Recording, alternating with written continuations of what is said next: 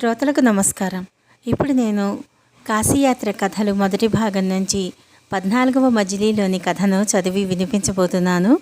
13వ మజిలీలోని కథ వరకు కమలాక్షి తన భర్త అయిన కామసుందరుణ్ణి ప్రద్యుమ్నుణ్ణి చిత్రసేనను కలుసుకుంది.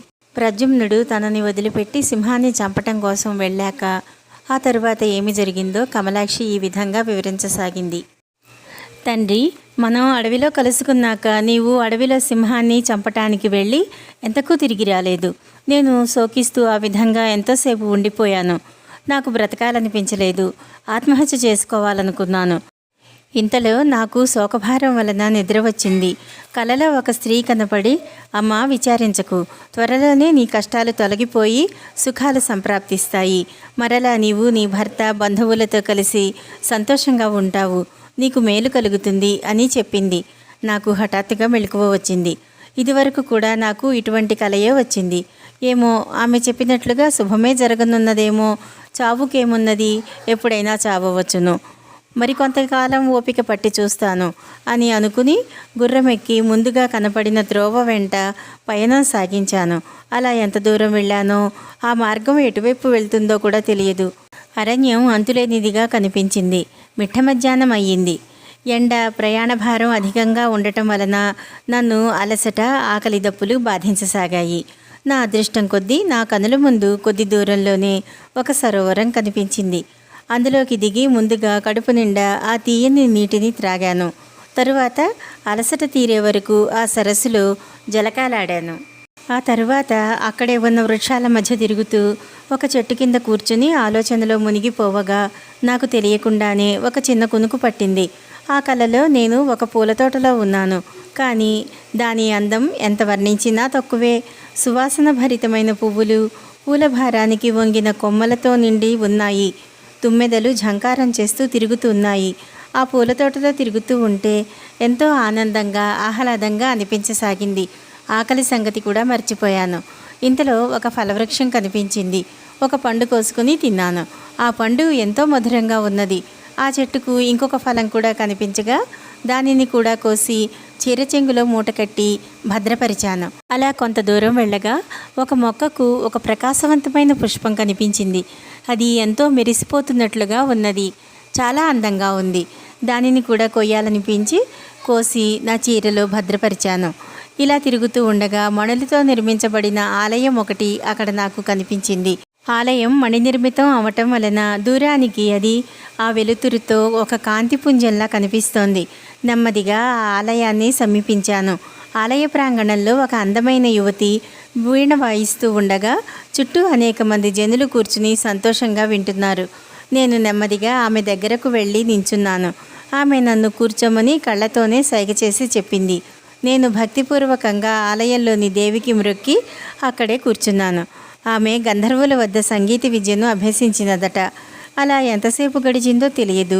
ఇంతలో ఆమె మోహనరాగాలాపన చేయటం మొదలుపెట్టేసరికి నాకు తిరిగి నిద్ర ముంచుకు వచ్చింది. తిరిగి నేను లేచి చూసేసరికి నేను ఆ సరస్సు పక్కనే ఉన్న వృక్షం నీడలో పడుకుని ఉన్నాను. ఓహో, ఇది మరి ఒక స్వప్నం కాబోలు అనుకున్నాను. కానీ వింతగా నేను స్వప్నంలో కోసిన ఫలము, పుష్పము నా చీరచెంగులోనే ఉన్నాయి.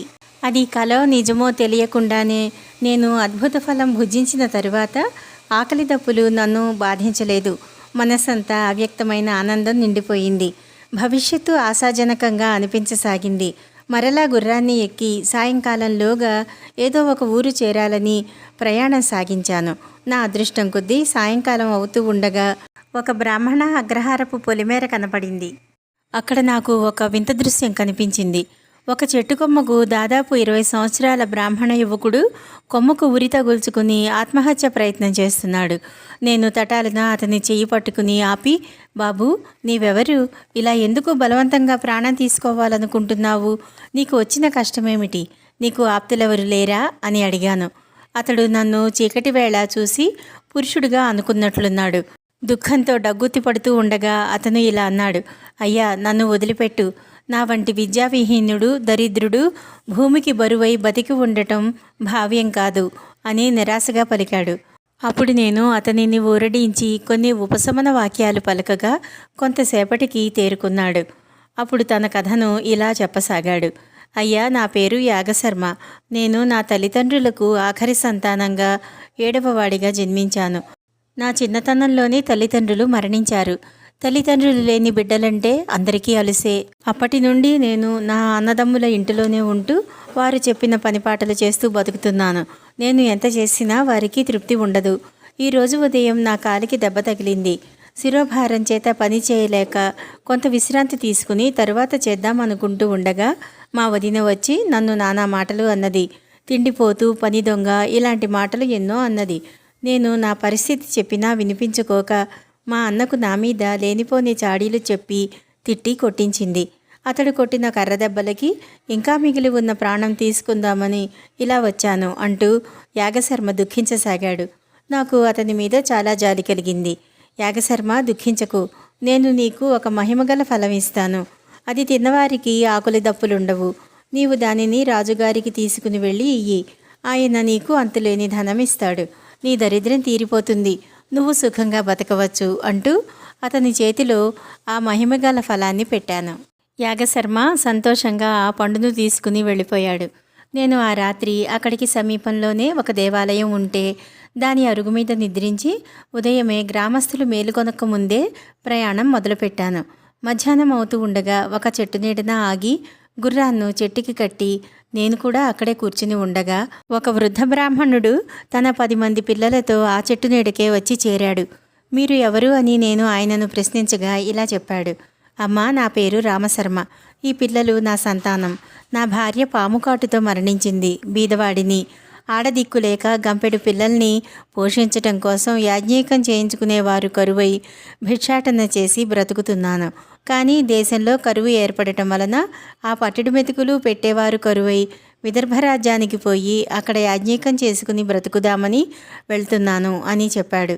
ఆ తల్లి లేని పిల్లల్ని, ఆ బీద బ్రాహ్మణుణ్ణి చూస్తూ ఉంటే మనసులో చాలా బాధ కలిగింది. నా దగ్గర ఉన్న మహిమగల పుష్పాన్ని అతనికి ఇస్తూ, అయ్యా, దీన్ని తీసుకుని వెళ్ళి ఎవరికైనా ధనవంతుడు నీకు కావలసినంత ధనం ఇవ్వగలిగిన వాడికి దీనిని ఇయ్యి. దీనిని పైన ఉంచితే దాని పరిమళం ఆ మడదాకా వ్యాపిస్తుంది అని ఆ పుష్పాన్ని బ్రాహ్మణునకు ఇవ్వగా అతను దానిని తన పై వస్త్రంలో మూటగట్టుకుని ఆ పుష్పం ఏమైనా తన జీవితాన్ని ఉద్ధరిస్తుందా అన్న ఆశతో అక్కడి నుంచి వెళ్ళిపోయాడు. నేను మళ్ళీ గుర్రం ఎక్కి ప్రయాణం ప్రారంభించాను. చుట్టూ అరణ్యమే ఉన్నది. నేను దారి తప్పినట్లుగా అనిపించింది. ఎక్కడ నరసంచారం లేదు.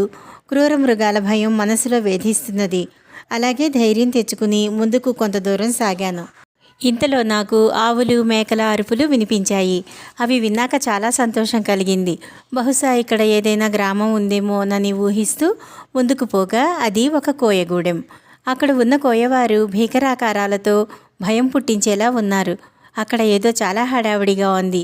బహుశా ఏదైనా ఉత్సవం జరుగుతున్నట్లుగా అనిపిస్తున్నది. కోయగూడెం కథ. విశాలమైన పెద్ద చావడి లాంటి ప్రదేశంలో ఒక దీపం పెట్టి ఉన్నది. కోయవాళ్ళందరూ కళ్ళు తాగి డోళ్లు వాయిస్తూ ఆడుతున్నారు. వాళ్ళు ఆ సందడిలో ఉండి నన్ను గమనించలేదు. నేను గుర్రాన్ని ఒక చెట్టుకు కట్టివేసి ఇంకో మూలకు వెళ్ళాను. నిర్మానుష్యంగా ఉన్న ఆ గూడెంలో ఒక గుడిసె ఆవరణలో ఒక రాయి మీద కూర్చున్నాను. ఇంతలో ఒక కోయవనిత వచ్చి నన్ను చూసి ఏదో అన్నది. నాకు కోయ భాష రాదు కనుక ఆమె ఏమన్నది అర్థం కాలేదు. అమ్మా, నేను దారి తప్పి ఇక్కడికి వచ్చాను. పొద్దున్నే వెళ్ళిపోతాను అన్నాను. ఆమెకి ఏమీ అర్థమయ్యిందో నాకైతే తెలియలేదు. కోయ వాళ్లను పిలుచుకుని వచ్చింది. వాళ్ళందరూ నా చుట్టూ తిరుగుతూ ఆనందంగా నృత్యం చేయసాగారు. చాలాసేపు వారిని గమనించిన మీదట వారు నన్ను తమ గ్రామదేవతగా భావిస్తున్నారని అర్థమయ్యింది. అలా అర్ధరాత్రి వరకు గడిచింది. అందరూ నిద్రించిన సమయం చూసి నేను మెల్లగా అక్కడ నుంచి నా గుర్రం ఎక్కి బయలుదేరాను. అద్భుత ఫలం యొక్క మహిమ వల్ల నాకు ఆకలి దప్పులు లేవు. ఆ సమస్య నుంచి నేను బయటపడ్డాను. ఆ విధంగా ప్రయాణం చేసి ఆ రోజు సాయంకాలానికి దగ్గరలోనే ఉన్న ఒక ఊరు చేరుకున్నాను. అక్కడే ఉన్న ఒక ఆలయంలోకి వెళ్ళి శక్తి స్మరణ చేసుకుంటూ ఉండగా నాకు ఒక యువతి కనపడింది. ఆమె ఎవరా, ఎక్కడో చూసినట్లు ఉన్నది కదా అని ఆలోచిస్తూ ఉండగా ఆమెయే నాకు కలలో కనిపించి వీణ వాయించినటువంటి వీణావతి. నాకు ఏది వాస్తవమో ఏది కలో అర్థం కాలేదు. ఇంతలోనే ఆమె అదృశ్యమయ్యింది. తిరిగి నాకు కనపడలేదు. మళ్ళీ ఆ ఊరి నుండి బయలుదేరి ధర్మపురం అనే పట్టణం చేరుకున్నాను. అక్కడి సత్రంలో ఒక వార్త వ్యాపించి ఉన్నది. అది ఏమనగా, ఆ ఊరి రాజుగారి వద్దకు ఒక దివ్యఫలం వచ్చినది. అది చాలా సువాసన భరితమై ఉన్నది. కానీ అది ఏ జాతికి చెందినది, దాని ప్రయోజనమేమిటి అనేది ఎవరికీ తెలియదు.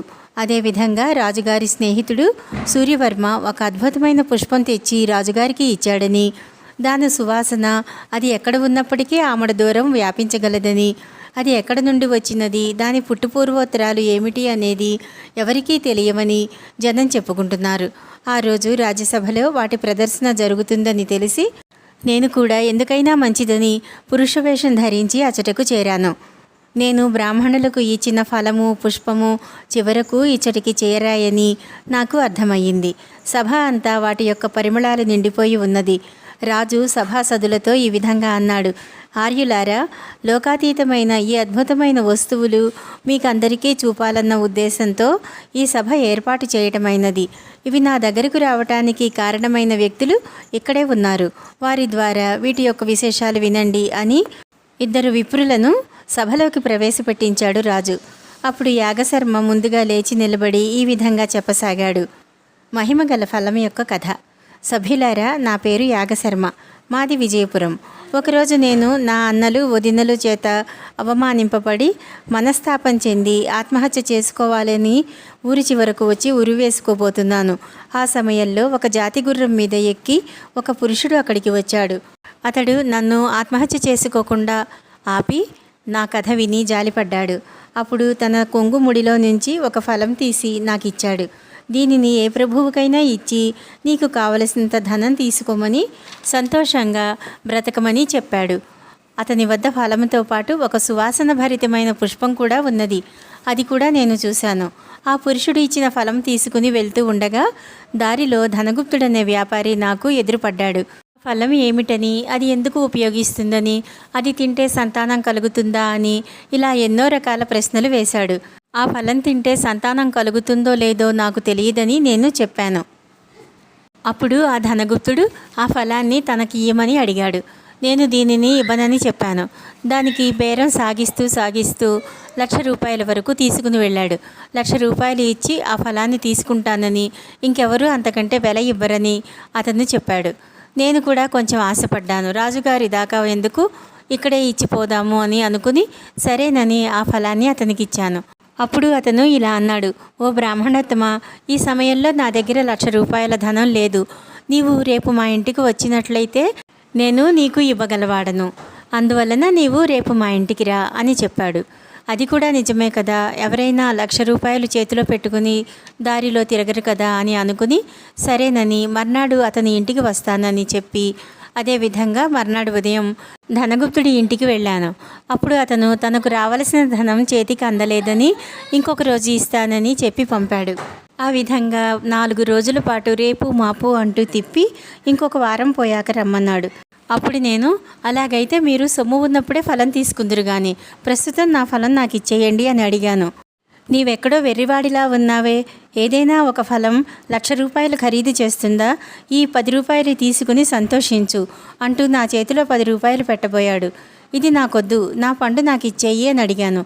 ఇంకెక్కడ ఉంది, దానిని ఎప్పుడో తినేశాము, అదేమీ బాగాలేదు, చేదుగా ఉంది, ఏ గుణమూ కనిపించలేదు అన్నాడు ఆ వర్తకుడు.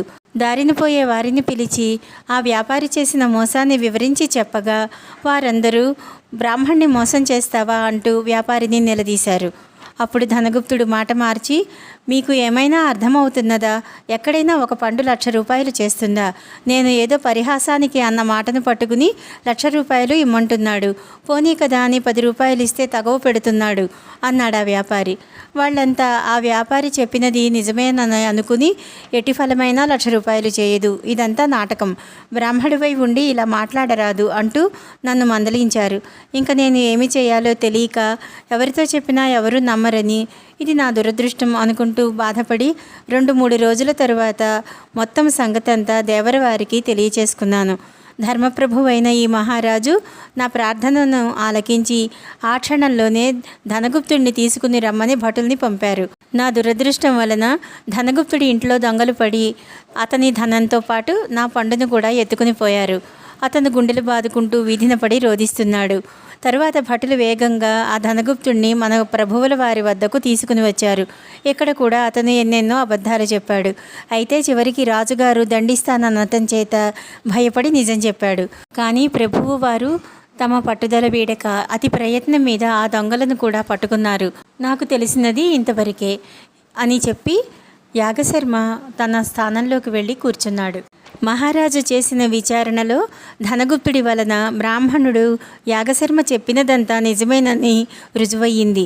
ధనలోభంతో బ్రాహ్మణుని సొత్తుకు ఆశించినందువలన తనకు తగిన ప్రాయశ్చిత్తమే జరిగిందని, ఇంకెప్పుడు అలాంటి పొరపాటు చెయ్యనని చెంపలు వేసుకున్నాడు ధనగుప్తుడు. ధనగుప్తుడి ఇల్లు కొల్లగొట్టిన దొంగలు ఆ ధనాన్ని ఒక కంసాలి వానితో పంచుకున్నారు. వాళ్లకు ఆశ్రయం ఇచ్చినందుకు ప్రతిఫలంగా ఆ అద్భుత ఫలాన్ని ఆ కంసాలికి ఇచ్చేసి వెళ్ళిపోయారు. ఆ ఫలం యొక్క అద్భుతమైన సువాసనకు అబ్బురపడిన ఆ కంసాలి తన దగ్గర 2-3 రోజులు ఉంచుకుని ఆ తరువాత సుక్తిమతి అనే వేశ్యకు ఇచ్చాడు. ఆ వేశ్య అపురూపంగా ఆ ఫలాన్ని చూసుకుంటూ దాని సువాసనకు నిత్యం అలవాటైన దానిలా మేడ మీద దానిని వ్రేలాడదీసింది. ఈలోగా రాజభటులు ఆ ఫలం కోసమే వెతుకుతున్నారని విని కంసాలి విటుడు దానిని ఎక్కడైనా పారేయకపోతే విచారణలో తాము చిక్కులు ఎదుర్కోవలసి ఉంటుందని వేశ్యకు సలహా ఇచ్చాడు. ఆమె దానిని దాసికి ఇచ్చి కందకంలో పారేయమన్నది. ఆ దాసి అలా చెయ్యక తన విటుడికిచ్చి ఫలాన్ని కందకంలో పారేశానని సుక్తిమతికి చెప్పింది. దాని విటుడు ఆ పండు వాసనకు అబ్బురపడి దీనిని నేను తినే కంటే అంగడిలో ఉంచి అమ్మితే అధికమైన లాభం వస్తుంది అని ఆలోచించి అంగడికి తీసుకుని వెళ్తూ ఉండగా దాని పరిమళాలు ఒక చోట ఉండవు కదా. రాజభటులు దానిని గమనించి వచ్చి పట్టుకున్నారు. అతడిని నిజం చెప్పేదాకా చావబాదినప్పుడు దీని కథ ఒక్కొక్కరి దగ్గర నుంచి ఎలా చేరినది రాజుగారికి తెలిసిపోయింది. సభాసదుల కరతాళధ్వనుల మధ్య మహారాజు లేచి నిలబడి, ఇప్పుడు అద్భుతమైన ఈ మహిమగల పుష్పం కథను కూడా వినండి అన్నాడు. అప్పుడు ఒక వృద్ధ బ్రాహ్మణుడు లేచి నిలబడి ఇలా చెప్పసాగాడు. మహిమగల పుష్పం కథ. అయ్యా, నా పేరు రామశర్మ. మాది విదురదేశం.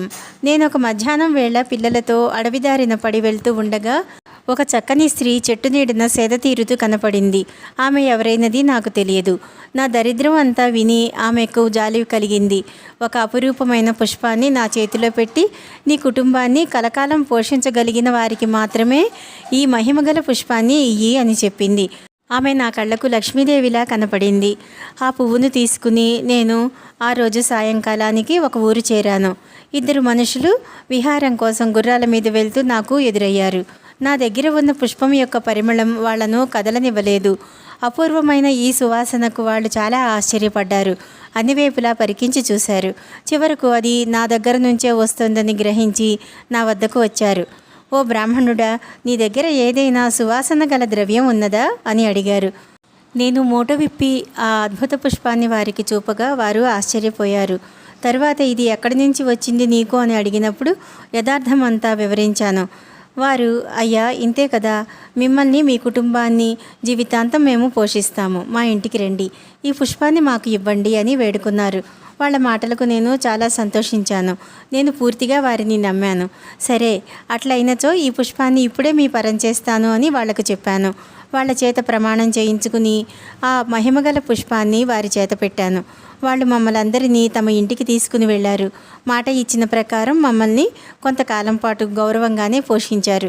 చాలా కాలంగా భోజనం లేక అవస్థలు పడుతున్న మాకు వారు చూపిన కొద్దిపాటి ఆదరణ రాజలాంఛనాలు జరిపినట్లుగా అనిపించింది. మేము చాలా సంతోషపడ్డాము. మొదట నేను ఆ 2 వ్యక్తులు అన్నదమ్ములేమోనని భావించాను.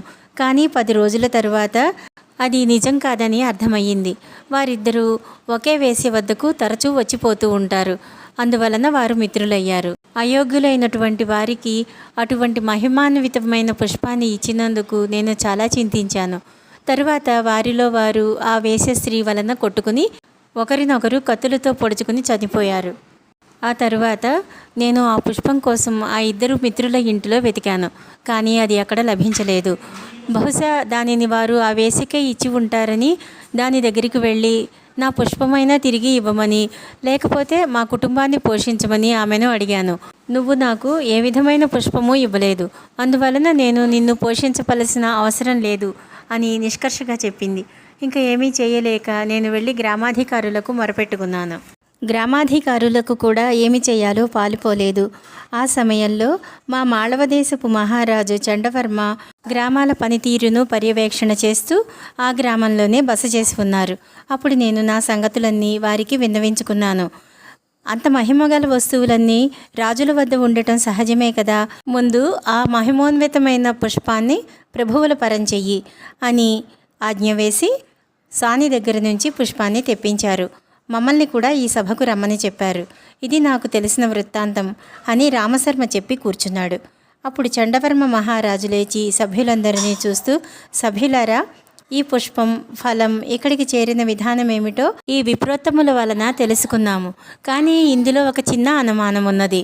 ఈ బ్రాహ్మణ యువకుడు తనకు ఫలాన్ని పురుషుడు ఇచ్చాడని, రామశర్మ తనకు పుష్పాన్ని ఒక స్త్రీ ఇచ్చిందని చెప్తున్నారు. తాను ఫలం గ్రహించే సమయంలో ఆ కొంగులో మరొక పుష్పం కూడా ఉన్నదని బ్రాహ్మణ యువకుడు చెబుతున్నాడు. అదేవిధంగా ఈ రామశర్మకు మహిమాన్వితమైన ఈ పుష్పాన్ని ఇచ్చినది స్త్రీ అని ఖచ్చితంగా తెలుసు. అందువలన ఈ ఫలాన్ని పుష్పాన్ని కూడా ఇచ్చినది ఒకే స్త్రీ అనటానికి సందేహించనవసరం లేదు. మా ఊహ ప్రకారం ఆమె దేవతా స్త్రీ అయి ఉండాలి. వారే అప్పుడప్పుడు భూలోకంలో విహరించడానికి వస్తూ ఉంటారని పెద్దలు చెబుతూ ఉంటారు.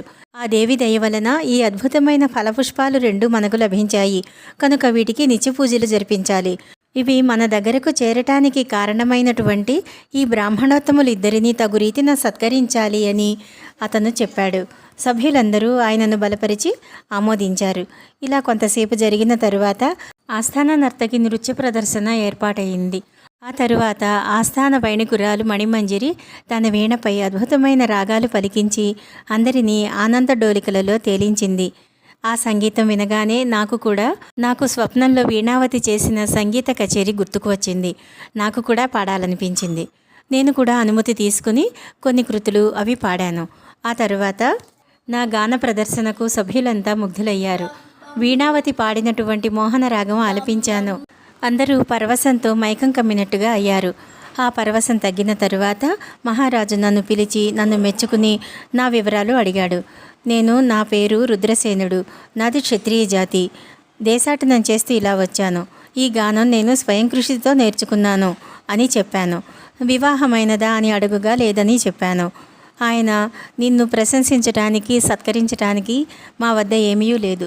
ఈ అద్భుతమైన ఫలము పుష్పము నీవే తీసుకో అని వాటిని నాకు బహూకరించాడు. ఒకనాడు నా గుర్రం రాజభటులకు దొరికింది. దాన్ని వారు అక్కడికి తీసుకుని వచ్చారు. నేను నా గుర్రాన్ని చూసి చాలా సంతోషించి రాజుగారి అనుమతి తీసుకుని ఆ గుర్రం మీద తిరిగి బయలుదేరాను. మాళవదేశపు ప్రభువు చండవర్మ నన్ను తన దేశానికి ఆహ్వానించాడు. నేను కూడా అతనితో పాటుగా వెళ్ళాను. అక్కడ నాకు అన్ని రకాలైన విడుదలు ఏర్పాటయ్యాయి. హాయిగా నేను సంగీతం సాధన చేసుకుంటూ కాలక్షేపం చేస్తూ ఉన్నాను. ఇలా ఉండగా ఒకరోజు ఒక చిలుక తన ముక్కున ఒక పత్రికను తీసుకుని వచ్చి నా ముందు పడేసింది. అందులో రాజకుమార్తెకు నా గానము సౌందర్యము ఆమె మనసును దోచాయని, అందువలన నన్ను తాను చూడాలని అనుకుంటున్నట్లుగా అనుమతి కోరుతూ విషయం రాసి ఉన్నది. నేను ఆలోచించి చెబుతానని ప్రత్యుత్తరం ఇచ్చాను. ఇలా కొన్ని ఉత్తర ప్రత్యుత్తరాలు జరిగాయి.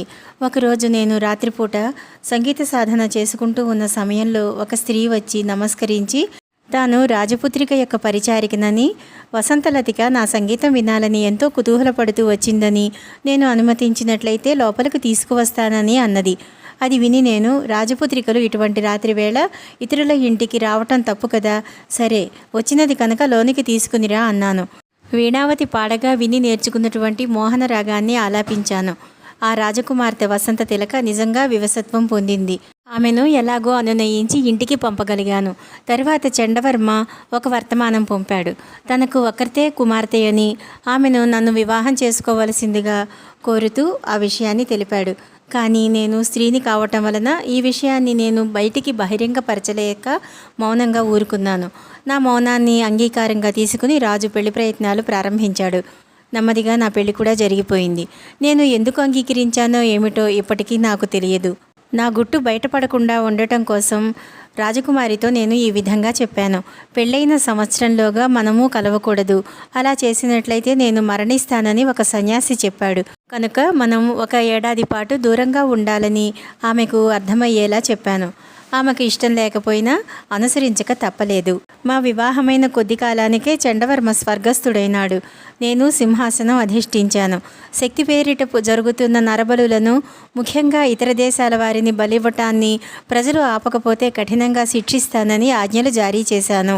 బలులు ఇచ్చేవారిని కనిపెట్టడానికి మంత్రశాస్త్ర సంబంధ పుస్తకాలని నా అధీనం చేసుకున్నాను. ఆ తరువాతి కథ మీకు కూడా తెలుసు. మొన్నటి రోజు నాకు ఈ పుస్తకం చేతికి అందేసరికి మనవారు ఎవరో బందీలుగా చిక్కి ఉంటారని నేను ఊహించాను. ఇదంతా ఆ జగన్మాత విశాలాక్షి కృప తప్ప మరొకటి కానే కాదు అని కమలాక్షి అద్భుతమైన ఆ మహిమగల ఫలపుష్పాలను తెచ్చి వారికి చూపించింది. అది చూసి ప్రద్యుమ్నుడు, కామసుందరుడు ఆశ్చర్యపోయారు. ఆమె వసంతలతికను కూడా పిలిపించి ఆ వృత్తాంతం అంతా చెప్పి నా భర్త ఇతనే అని కామసుందరుణ్ణి చూపించేసరికి ఆ రాజకుమారి చాలా ఆశ్చర్యాన్ని పొందింది. కమలాక్షి ఆ అద్భుతమైన ఫలాన్ని కోసి కామసుందరునికి, రాజదంపతులకు, వసంతలతికకు సమానంగా పంచి ఇచ్చింది. అప్పుడు ప్రద్యుమ్నుడు, అమ్మాయి, నీ చరిత్ర చాలా విచిత్రంగా ఉంది. మేము దేశం విడిచి చాలా కాలమయ్యింది. నా కుమారుని గురించి ఆతృత పడుతున్నాను. ఇప్పటికీ మనమంతా కలుసుకున్నాము కదా, క్షేమంగా ఇల్లు చేరాలని ఉంది. మన ప్రయాణానికి తగిన ఏర్పాట్లు చెయ్యి అని చెప్పాడు. మొదట మనమంతా కలిసి కాశీపురం వెళ్ళి నా శత్రువుల్ని తరిమేద్దాం. తరువాత మీరు మీ నగరాన్ని చేరుకోవచ్చు అని కమలాక్షి చెప్పింది. అలాగే అమ్మ, నీ పట్ల కాశీ విశాలాక్షికి అపారమైన దయ ఉంది. మీరు సేనావాహినితో గుహమార్గాన కోటలోనికి ప్రవేశించండి. శత్రువుని ఒక్కుమ్ముడిగా పైనపడి ఎదిరించండి. విజయం మీకు స్వంతం అవుతుంది. నేను వచ్చి చాలా కాలమైంది కనుక ఒకసారి నా కుమారుడు అయిన విజయుని క్షేమ సమాచారాలు తెలుసుకుని అక్కడి నుంచి మీరు కాశీపురం చేరుకునేలోగా వచ్చి కలుస్తాను అన్నాడు ప్రద్యుమ్న మహారాజు. కమలాక్షి అతని మాటలకు అంగీకరించి ప్రయాణానికి ఒక ఓడను సిద్ధం చేయించింది. ప్రద్యుమ్నుని సముద్ర ప్రయాణం. ఒక శుభముహూర్తాన ప్రద్యుమ్నుడు కమలాక్షి అనుమతితో ఆ మాళవ దేశం నుంచి బయలుదేరాడు. ఆ ఓడలోని వారందరికీ సంవత్సరానికి సరిపడిన ఆహార పదార్థాలు సమకూర్చబడ్డాయి. ఓడ ప్రయాణం మొదలయ్యింది. 4 రోజుల పాటు అంతా సాఫీగానే జరిగింది. 4 రోజుల తరువాత హోరుగాలి, వాన మొదలయ్యాయి. మరొక 2 దినాలకు అది తీవ్రమైన తుఫానుగా మారి ఓడని తలకిందులు చేసింది. ఆహార పదార్థాలన్నీ కొట్టుకుపోయాయి. మహారాణి చంద్రసేన సముద్రం పాలయ్యింది. ఆమె కోసం ఎంతగా ఈదుతూ వెతికినా ఆమె దొరకలేదు. ఇంతలో అతనికి సమీపంగా ఒక పెద్ద చెక్క కొట్టుకుని వచ్చింది. ఆశ్చర్యకరంగా దానిమీద చంద్రసేన ఉన్నది. ప్రద్యుమ్న మహారాజు అవధులు దాటిన సంతోషంతో తాను కూడా ఆ చెక్కపైకి ఎక్కాడు. ఎలాగో నెమ్మదిగా 2 రోజుల తరువాత ఒక ఒడ్డుకు చేరారు. ఎట్టకేలకు తీరం కనిపించేసరికి ఆ దంపతుల ఆనందానికి మేరలేకపోయింది. వారిద్దరూ ఆ దేశంలో ప్రవేశించి కొద్ది రోజులు ఆ దేశంలో తిరిగారు. ఆ దేశం ఏమిటో, ఎందుకు అక్కడ సందడి జరుగుతుందో తెలుసుకుందామని ఒకరిద్దరు పౌరులను ఆపి కారణం అడిగారు. అప్పుడు వారు ఇలా చెప్పారు. అయ్యా, ఈ సేన ప్రద్యుమ్న మహారాజుల కుమారుడైన విజయులు వారిది. వారు తమ తండ్రి గారిని వెతుక్కుంటూ దైవజ్ఞుల మాటను బట్టి 3 రోజుల క్రిందట ఇక్కడికొచ్చారు. ఇది చిత్రభాన సంవత్సరం. నేడు ఆషాఢ శుద్ధ పౌర్ణమి, శుక్రవారం, పునర్వసు నక్షత్రం. బ్రాహ్మణ శ్రేష్ఠుడు ఒక ఆయన ఇప్పుడే పంచాంగం పఠించి ఇలా వెళ్ళాడు అని చెప్పారు ఆ పౌరులు. ప్రద్యుమ్నుడు ఆశ్చర్యపోయి, విన్నావా చంద్రసేన, మన కుమారుడు మనల్ని వెతుక్కుంటూ ఇక్కడికి వచ్చాడట. భగవంతుని సంకల్పం ఎంత చిత్రంగా ఉందో చూడు. అతను చెప్పిన దానిని బట్టి మనం ఓడ ఎక్కి ఇప్పటికి 3 సంవత్సరాలయ్యింది. పద వెళ్దాము అని భార్యతో కలిసి నడవసాగాడు.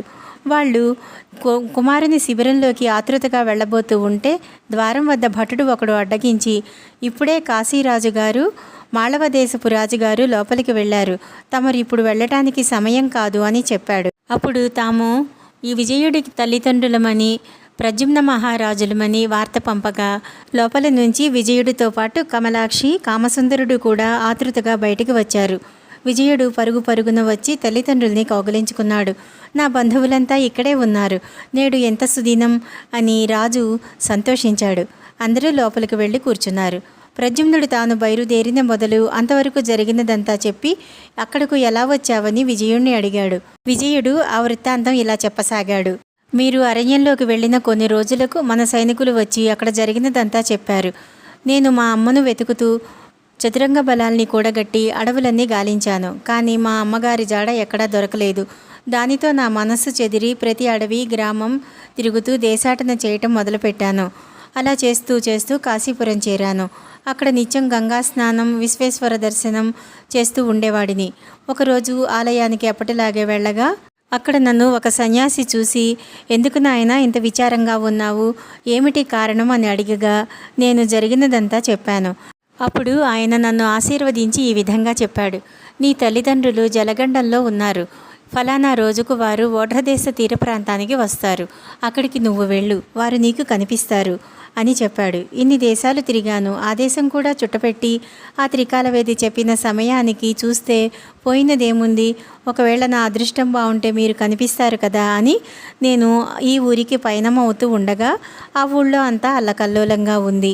విచారించి చూడగా ఆ దేశపు రాజైన హేమాంగదుని అల్లుడు కూతురు వచ్చి కోటలో ప్రవేశించి శత్రురాజుల్ని వెళ్ళగొడుతున్నారని, శత్రువులు పిక్కబలం చూపిస్తున్నారని తెలిసింది. నాకు ఈ సంతోషవార్త చెప్పిన వాడికి బహుమానం ఇచ్చి హేమాంగదుని బంధువులతో ముచ్చటించి వెళదామని కోటలోకి వెళ్ళాను.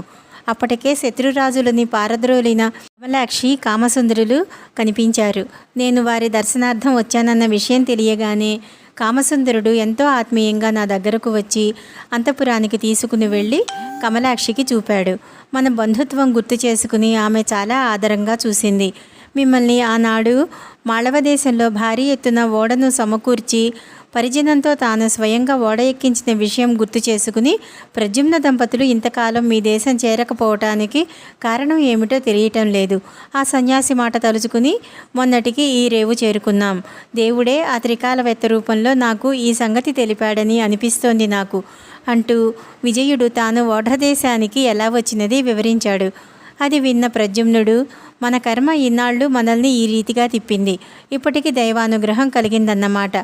మేము సముద్రంలో మునిగిపోకుండా మమ్మల్ని ఒక గంధపు చెక్క కాపాడింది. కనుక ఈ క్షేత్రాన్ని ఒక పుణ్యస్థలంగా చేసి ఆ కర్రతో విగ్రహాలు చేసి స్థాపించుదాం. ఇక్కడ గొప్ప ఆలయాలు నిర్మించుదాం. అంతవరకు నేను మన ఊరు రాను. ఇదంతా త్వరగా జరిగిపోవాలి. శిల్పుల్ని పిలిపించు. ఆ గంధపు దూలాన్ని ఒడ్డుకు లాగించి దానికి పూజా పునస్కారాలు చేయించు అన్నాడు. ఆ కర్రను అద్భుతమైన విగ్రహాలుగా చెక్కగల సమర్థుడెవరా అని ఆలోచిస్తూ ఉండగా ఒక రోజున ఒక శిల్పి వచ్చి, నేను శాస్త్రీయమైన దారుశిల్పాలు చెక్కగలను అన్నాడు. ప్రద్యుమ్నుడు అందుకు సంతోషించి, మీకు కావలసిన సామాగ్రులు ఏమిటో చెబితే అన్నీ ఏర్పాటు చేస్తానన్నాడు. నాకు ఏమీ అక్కరలేదు. ఈ విగ్రహాలను ఒకచోట రహస్యంగా చెక్కుతాను. అంతా తెరవెనకనే జరగాలి. నేను చెప్పే వరకు ఎవరూ తెరలోపలికి రాకూడదు. విగ్రహాలు పూర్తయ్యే వరకు చూడరాదు. అలా కనుక చేస్తే ప్రమాదం సంభవిస్తుంది అన్నాడు. ప్రద్యుమ్నుడు అందుకు అంగీకరించాడు. ఆ శిల్పికి ఒక రహస్యమైన స్థలం ఏర్పాటు చేశాడు. అలా శిల్పి విగ్రహాలు చెక్కటం ప్రారంభించిన నాటి నుంచి రాజు ప్రతిరోజు బంగారం కొమ్ములకు తాపడం చేసిన ఆవులను దానం చేయటం ప్రారంభించాడు. అలా 1000 గోదానాలు జరిగాయి. వాటి డెక్కల రాపిడి చేత అక్కడి నేల అంతా పల్లమై ఒక చెరువయ్యింది. అదే మనం స్నానం చేసిన ప్రద్యుమ్నం అని రత్నసిద్ధుడు గోపాలుడికి చెప్పాడు. ఈ విధంగా 2-3 సంవత్సరాలు గడిచినా శిల్పి తెరతీయలేదు. నిజంగా ఇతను విగ్రహాలు చెక్కుతున్నాడా? సామాగ్రి అడగడు, చెక్క చప్పుళ్ళు వినపడవు. శిల్పి యువతలకు రాడు. తెరవనక అతడు బతికున్నాడో లేదో అన్న అనుమానం వేధించసాగింది. ఆలయాలు చూస్తే తయారైపోయి దేవతా ప్రతిష్టకు సిద్ధంగా ఉన్నాయి. ఇక ఉపేక్షించరాదు అనుకుని ఒకనాటి సాయంకాలం రాజు ఆ తెర తొలగించి చూశాడు. అక్కడ శిల్పి లేడు. విగ్రహాలు ముఖం, కాళ్ళు, చేతులు అన్నీ అమరి ఉన్నాయి. కానీ అరచేతులు, భుజాలు, పాదాలు, తొడలు మాత్రం లేకుండా ఉన్నాయి. అంటే తాము తొందరపడటం వలన అవి పూర్తి కాలేదు అని అర్థమయ్యింది. అయ్యో, శిల్పి చెప్పాడు, మనమే తొందరపడ్డాము. ఇంత చక్కని విగ్రహాలను ఇప్పుడు ఎవరు పూర్తి చేయగలరు అని ప్రద్యుమ్నుడు విచారిస్తూ ఉంటే దేవుడు కలలో కనిపించి, చింతించకు, నేను ఇలాంటి రూపంతోనే భూమి మీద జగన్నాథ స్వామి పేరిట ప్రసిద్ధి చెందుతాను. నీ భక్తికి మెచ్చుకున్నాను. నీ కీర్తి స్థిరంగా ఉంటుంది అని అంతర్ధానం చెందాడు. రాజు సంతోషంతో ఆ విషయాన్ని అందరికీ చెప్పి విగ్రహస్థాపనకు శుభలగ్నం తెలుసుకుందామని యోగబలంతో బ్రహ్మలోకానికి వెళ్ళాడు. అతని మాటలు వినిన బ్రహ్మ నవ్వుతూ, వెళ్ళవయ్యా, నువ్వు లగ్నం కోసం ఇంత దూరం వచ్చావు. అక్కడ విగ్రహ ప్రతిష్ఠ అంతా జరిగిపోయింది అని సాగనంపాడు. రాజు మళ్ళీ భూలోకానికి వచ్చి చూసేసరికి స్వామివారు తాను నిర్మించిన ఆలయంలో కాక మరొక ఆలయంలో స్థాపించబడి అద్భుతమైన ఉత్సవ విశేషాలు అనుభవిస్తున్నాడు. అక్కడ తనను ఎరిగిన వారే లేరు. ఆలయంలోకి పోబోతుంటే కాపలా వాళ్ళు అడ్డుకున్నారు.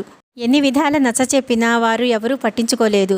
ప్రద్యుమ్నుడు సముద్ర తీరానికి వెళ్ళి భక్తితో స్వామిని ధ్యానించగా, రాజా చింతించకు, అనేక కారణాల వలన నువ్వు రాకముందే నేను ప్రతిష్ఠించబడ్డాను. అయితే ప్రతి ఏటా 9 రోజుల పాటు నువ్వు నిర్మించిన ఆలయాలలో కూడా ఉత్సవ మర్యాదలు పొందుతాను. నీ కీర్తి చిరస్థాయిగా ఉంటుంది. నువ్వు స్వర్గానికి సుఖాలు పొందేలా వరం అనుగ్రహిస్తున్నాను. అయితే చిరకాలం కావడం వల్ల నీ బంధువులంతా పరలోకగతులయ్యారు. స్వర్గలోకంలో నీ కోసం నీ భార్య ఎదురు చూస్తున్నది. నీవు కూడా అక్కడికి వెళ్ళి ఆమెను కలుసుకో. అదిగో దేవలోకం నుంచి దివ్య విమానం నీ కోసం వస్తోంది, ఎక్కు అన్నాడు స్వామి. ఆ ప్రకారం ప్రద్యుమ్నుడు స్వర్గానికి చేరుకున్నాడు. గోప, అందువలన జగన్నాథుని రూపం అలా ఉంది. సుభద్ర ఇక్కడ ఆయనకు భార్య రూపంలో ఉంటుంది. బలభద్రుడు శేషుని రూపు. దీన్నిక్కడ బుద్ధావతారం అంటారు. అగ్ని వల్ల దగ్ధమైనట్లు ఇక్కడ ఈ స్వామి దర్శనం వలన ఎంతటి పాపాలైనా హరించబడతాయి. కలియుగంలో ఇతడే ప్రత్యక్ష దైవం. మన పూర్వజన్మ పుణ్యం వలన ఈ దేవుని సేవ మనకు లభించింది. నీ ప్రశ్నలకు ఇది ఈ స్థల మహత్యం రూపేణ నేను చెప్పగలిగిన జవాబు. ఇంకలే అని సిద్ధుడు అన్నాడు. అప్పుడు గోపాలకుడు చాలా ఆనందించి ఆ స్థల పురాణానికి ఆశ్చర్యపోతూ చాలాసార్లు ఆ కథలోని విశేషాలు తలుచుకుంటూ కావడి ఎత్తుకుని నడుస్తూ ఉంటే ఇద్దరు తరువాయి మజిలీ చేరారు. కాశీయాత్ర కథ 14వ మజిలీ కథ సమాప్తం. నమస్కారం.